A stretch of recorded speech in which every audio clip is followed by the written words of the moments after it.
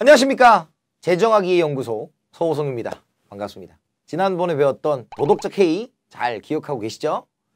도덕적 해이의 원인은 정보의 비대칭성 때문에 이루어진다는 점. 도덕적 해이는 19, 20년도 세무사 시험 재정학 과목에서 등장할 만큼, 그리고 다른 경제 시험에서도 자주 등장하는 용어니까 잊지 말고 기억을 해 두시길 바랍니다. 이번 시간에는 코즈의 정리에 대해서 알아보도록 하겠습니다. 이 정리는 말 그대로 코즈라는 사람이 주장한 이론인데요. 이제는 학자 이름만 나와도 어려워하시는 분들이 계신데 그럴 필요 하나도 없습니다. 제가 아주 쉽게 설명을 해드리도록 하겠습니다. 자, 그럼 오늘도 재밌게 시사 및 경제 상식들을 바탕으로 재정학의 핵심 내용을 공부하며 나아가 실전에 바로 적용시키는 문제풀이까지 힘차게 재정학 연구하러 가시죠. 여러분, 제가 1탄에서 소개해드린 부의 외부성, 외부 불경제, 둘이 똑같은 개념이죠. 라는 개념 생각나시나요? 탄소세를 설명하면서 부의 외부성, 외부 불경제의 매기는 세금이라고 설명한 적이 있죠. 혹시 기억이 안 나신다면 저기 1탄으로 돌아가서 얼른 복습하고 오시면 감사하겠습니다. 어떤 경제 주체의 생산 혹은 소비 활동이 타인에게 의도치 않은 손해를 끼치는 것을 부의 외부성이라고 하는데, 1탄에서 배웠던 탄소세는 정부의 개입을 통한 제재니까 공적 해결 방안이라고 합니다. 이번에 소개할 코즈 정리는 당사자들의 협의를 통해서 스스로 해결할 수 있다고 보는, 즉 시장에서 해결할 수 있다고 보는 사적 해결 방안의 한 예시입니다. 하나의 상황을 가정해 볼게요. 하천의 상류에는 오염물질을 배출하는 기업 A가 조업을 하고 있습니다. 그 아래에 하천 하류에는 깨끗한 물을 사용해야 하는 기업 B가 조업을 하고 있죠. 이런 상황에서 A와 B는 서로 다툼이 생길 수밖에 없을 겁니다. 왜냐? A는 오염물질을 배출해야만 기업이 운영이 되고요. 오염물질이 흘러내려오면 깨끗한 물이 필요한 B는 조업을 할 수가 없는 상황이 생기니까요. 하지만 기업 A와 B 모두 각자의 일을 할 권리를 주장하고 있다면 누구의 편이 맞는다고 주장할 수도 없게 되는 거죠. 참 난감한 상황이죠. 과연 어떻게 해결을 해야 할까요? 코즈 정리는 이러한 당사자 간의 자발적인 협상을 통해 문제를 해결할 수 있다고 보는 해석입니다. 포인트는 자발적인 협상이라는 거예요. 다만 여기에는 몇 가지 조건이 따라야 됩니다. 첫째, 외부 효과를 발생시키는 사안에 대해 소유권이 명확해야 된다. 소유권이라고 표현해도 되고요. 재산권이라고 표현해도 됩니다. 둘째, 협상에 대한 비용이 작아야 하고요. 왜냐? 협상을 위한 비용이 더 크다면 굳이 협상을 할 이유가 없습니다. 셋째, 협상으로 인한 소득 재분배가 각 개인의 한계 효용에 영향을 미치지 않아야 되고요.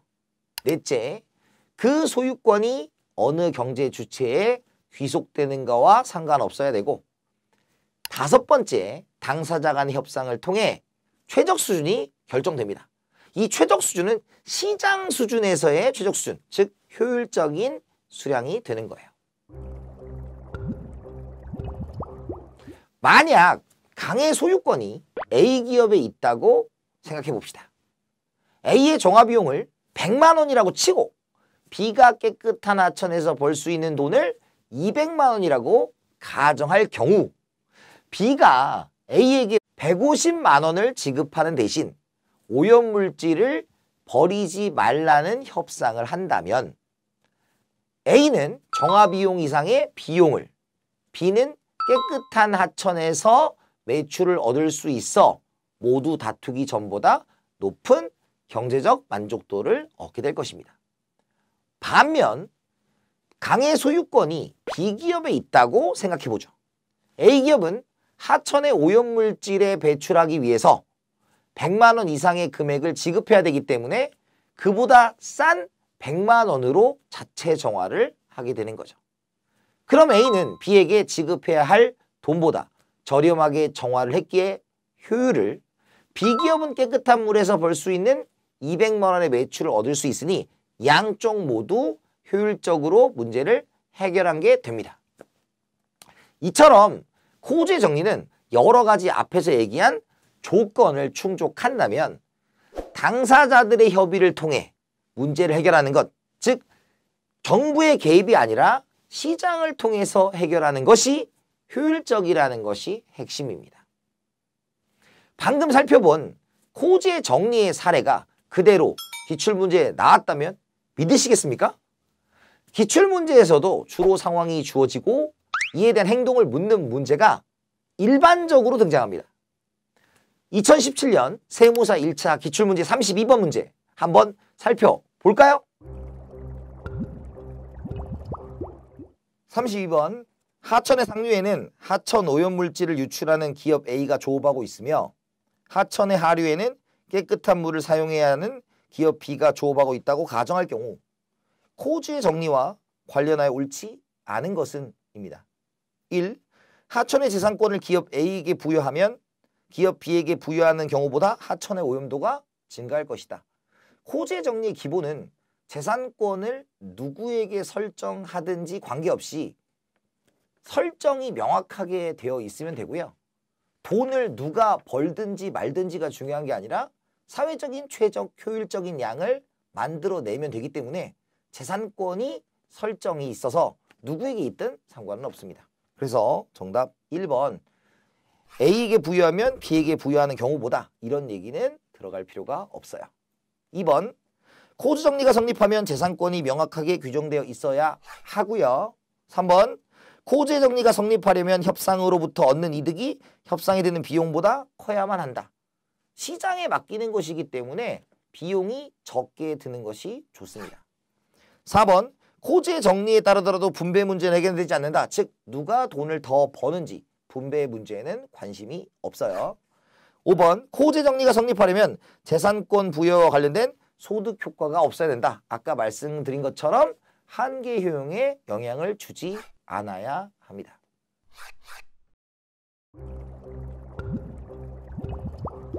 코우주의 정리 부분은 기출문제도 상황에 대한 해석 중심으로 출제가 되고요.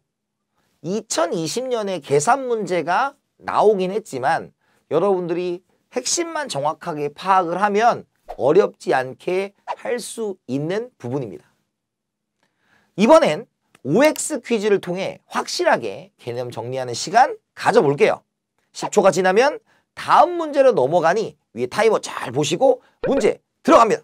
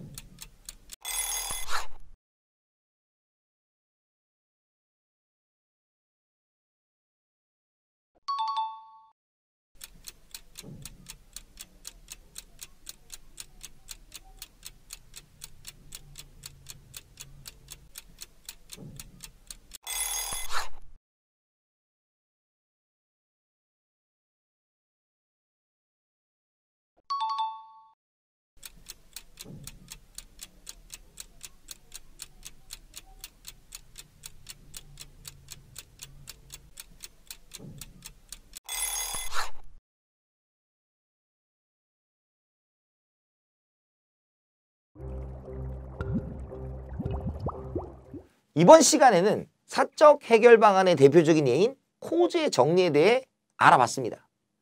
우리 주변에도 이렇게 문제들이 협상을 통해서 해결되면 참 좋겠지만 안타깝게도 이 코제 정리는 현실에서 한계점이 많이 존재하고 있습니다.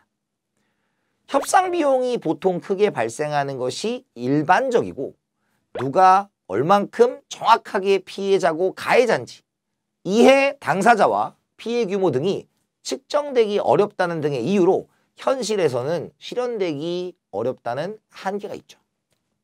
그렇기 때문에 정부의 개입을 아예 배제할 수는 없지만 이런 과정들과 시행착오를 거쳐 언젠가는 법 없이도 협상을 통해서 살 수 있는 따뜻하고 아름다운 세상이 오지 않을까 하는 기대를 하게 됩니다.